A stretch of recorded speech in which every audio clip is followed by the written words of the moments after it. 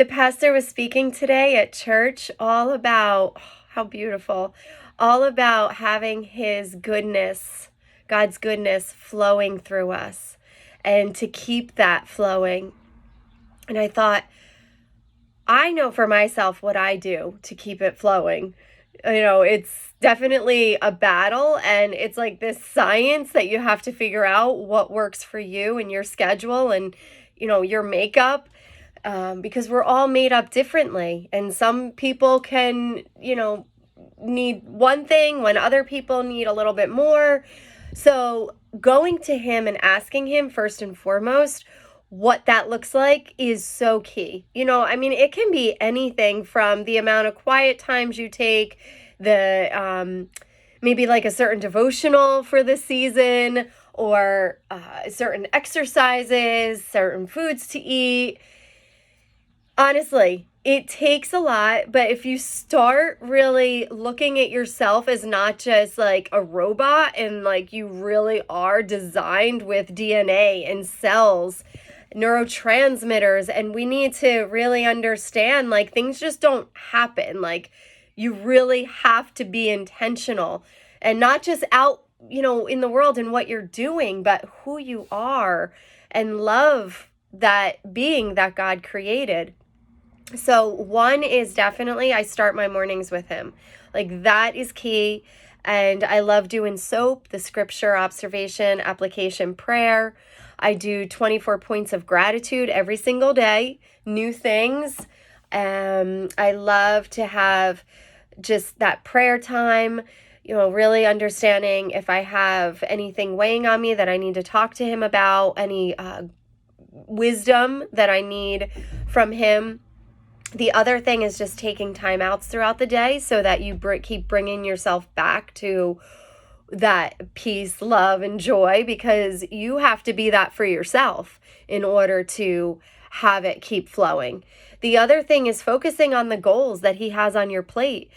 Sometimes we want to run as humans to do all the things that we think, whether it's what people need and their feelings, and, oh, I got to help take care of this one and that one. But let's go to the ultimate source and find out what we need to be doing in our lives to keep his flow, to keep that fusion of us working together with him on his plans. Because it's very easy to get into people pleasing instead of God pleasing, right? It's easier to work than to say, oh, okay, I need a time out to go sit with the Lord and open up my scripture and really work on, battling these thoughts that are going on. Honestly, some people don't even like to have quiet time because they don't like the thoughts that come to them, or they don't like the feelings. Well, if you don't deal with that, it's still in your subconscious. It's still running through your body. So if something comes up for you, definitely deal with that. Work on that, because if not, there's like this undermining way that's just steering you, and you don't even realize it. So get to those thoughts that you don't like that come up when you're sitting in silence. A lot of people just keep watching TV or listening to music or doing things because they don't want to deal with what's inside.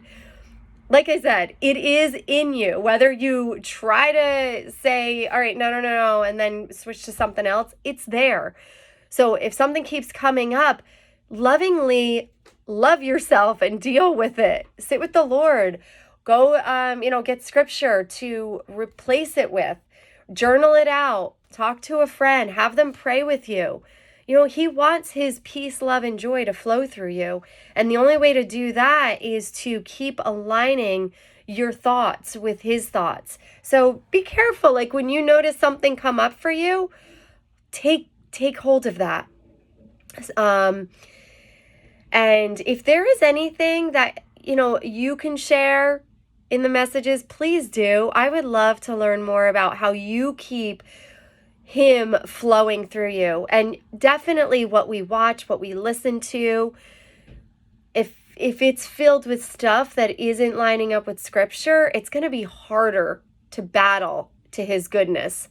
So, I know it's very hard, but think of all the things that you could switch to that are good, pure, lovely, holy. All right, I'll talk to you soon. See you.